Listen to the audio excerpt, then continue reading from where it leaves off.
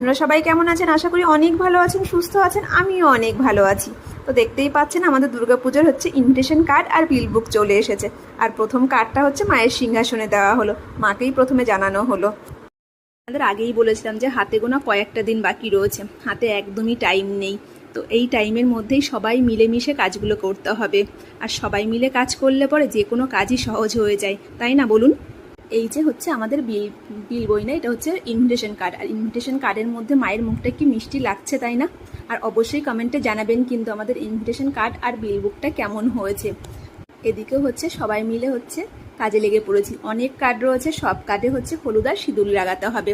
একটু গল্প, একটু আড্ডা আর একটু কাজ, এইভাবেই আমাদের পুজোর আগের দিনগুলো সব কেটে যায়। আর আপনাদের দিনগুলো কিভাবে কাটেন অবশ্যই আমাদের কমেন্টে জানাবেন কিন্তু।